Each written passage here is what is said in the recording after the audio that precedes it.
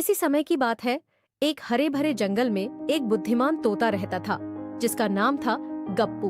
गप्पू अपने अद्भुत ज्ञान और चतुराई के लिए पूरे जंगल में मशहूर था। वह न केवल उड़ान में तेज था, बल्कि उसने कई चीजें सीख रखी थीं। उसका खास दोस्त एक जिसका नाम था चिंकी। एक दिन गप्पू और चिंकी खेलते खेलते जंगल के किनारे पहुंच गए। वहां उन्होंने देखा कि कुछ जानवर एक बड़े बाघ के पास इकट्ठा हो रहे थे। बाघ बहुत ही दुष्ट था और जानवरों को डराता था। उसने सबको धमकी दी कि अगर उन्होंने उसकी बात नहीं मानी तो वह उन्हें खा जाएगा। सभी जानवर डर गए और उनके दिलों में डर समा गया। लेकिन गप्पू ने सोचा कि अगर सब डरते रहेंगे तो बाघ का हौसला और बढ़ जाएगा। उसने चिंकी से कहा, हमें बाघ का सामना करना होगा। हमें उसे बताना होगा कि हम डरने वाले नहीं हैं। गप्पू ने एक योजना बनाई। वह और चिंकी बाघ के पास गए। गप्पू ने अपनी तेज आवाज में कहा, ओ बाघ, तुम जानते हो कि तुम जंगल के सबसे ताकतवर जानवर हो, लेकिन क्या तुमने कभी सोचा है कि तुम अकेले हो? तुम्हारे बिना भी जंगल का जीवन चलता है। बाघ ने गप्पू की बात को सुना और थोड़ा चौंका।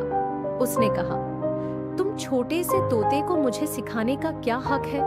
गप्पू ने मुस्कुराते हुए कहा, मैं तुम्हें नहीं सिखा रहा, बल्कि मैं तुम्हें बताना चाहता हूँ कि अगर तुम जानवरों को मारोगे तो तुम अकेले रह जाओगे।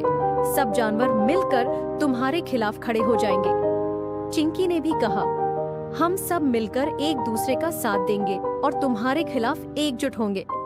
यह सुनकर बाघ थोड़ी देर के लिए सोच में पड़ गया। गप्पू और चिंकी की हिम्मत देखकर बाकी जानवरों ने भी हिम्मत जुटाई और बाघ के खिलाफ खड़े हो गए।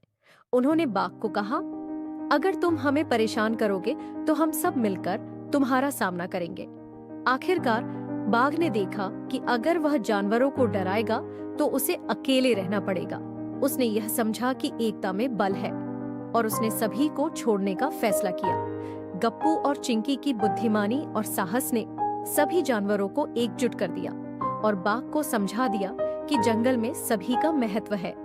बाघ ने जंगल छोड़ने का फैसला किया और तब से जानवरों ने निश्चिंत होकर जीने लगे। इस तरह गप्पू और चिंकी ने सभी को एकता का महत्व सिखाया और जंगल को एक सुरक्षित स्थान बना दिया।